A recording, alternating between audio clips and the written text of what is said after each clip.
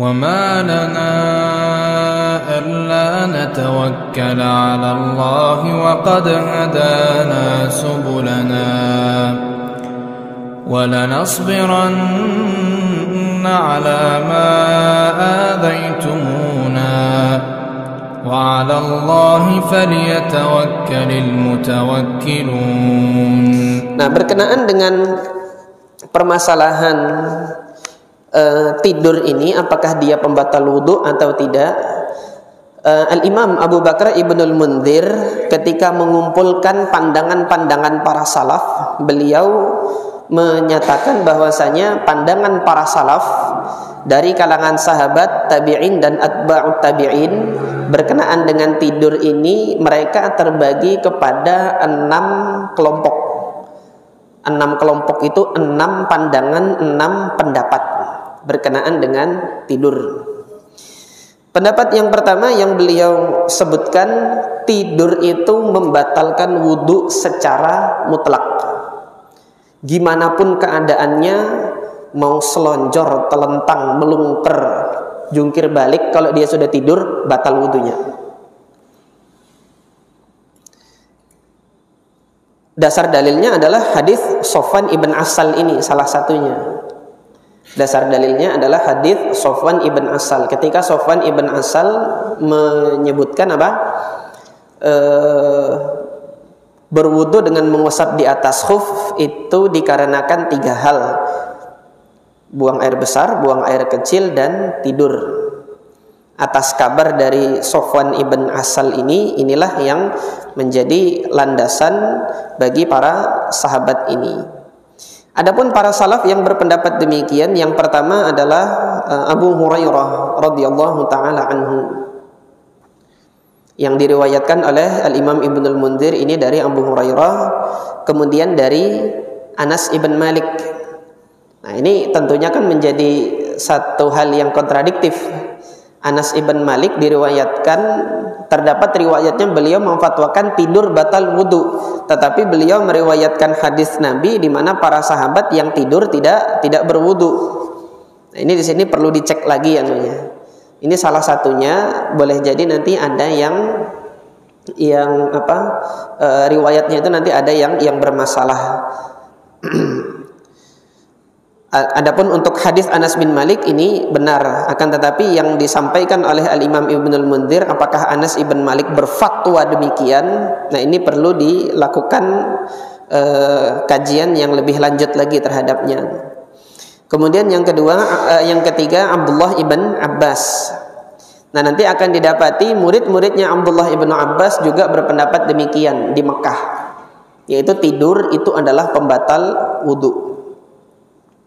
Adapun dari kalangan tabi'in, Al-Imam Al-Hasan Al-Basri, kemudian Al-Imam Sa'id ibn Al-Musayyib, Al-Imam Atha ibn Abi Rabah. Nah, Imam Atha ibn Abi Rabah di sini sudah di Mekah. Atha ibn Abi Rabah, Tawus ibn Kaisan, dan Mujahid ibn Jabir, tiga-tiganya ini muridnya Abdullah ibn Abbas. Maka terlihat di sini silsilah fikihnya. Ketika Abdullah bin Abbas memfatwakan tidur itu batal wudunya, apapun keadaannya, murid-muridnya yang 3 ini juga berpendapat sama seperti pendapat gurunya.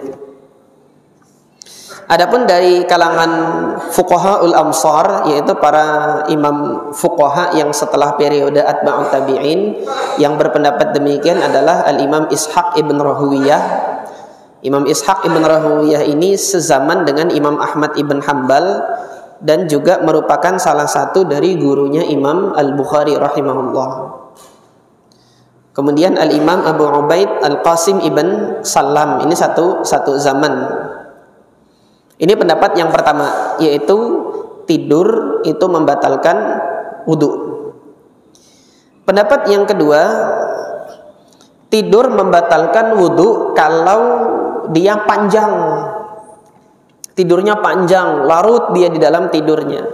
Tetapi kalau tidurnya sesaat, tidurnya pendek, microsleep gitu ya orang bilang. Microsleep, bannya waktu mengendarai mobil juga sleep gitu kan, klek gitu.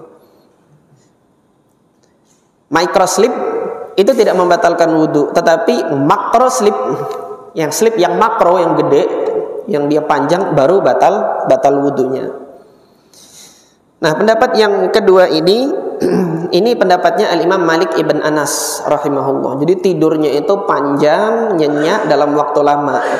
Nah, terlihat di sini dalam pandangan yang kedua, para ulama ini memberikan patokan batal tidak batalnya itu adalah distandarkan kepada waktu, bukan distandarkan kepada kualitas tidurnya.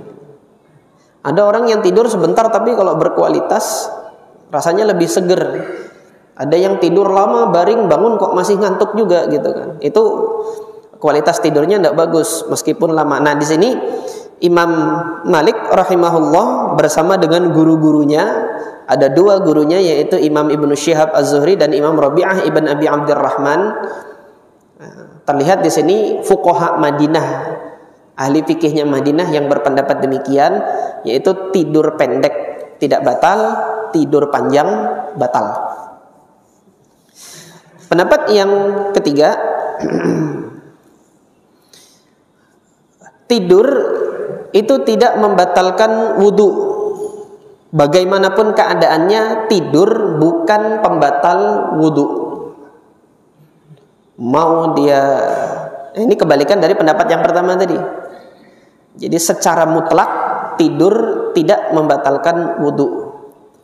Nah, terlihat yang berpendapat demikian ini para ahli fikih yang berada di Kufah.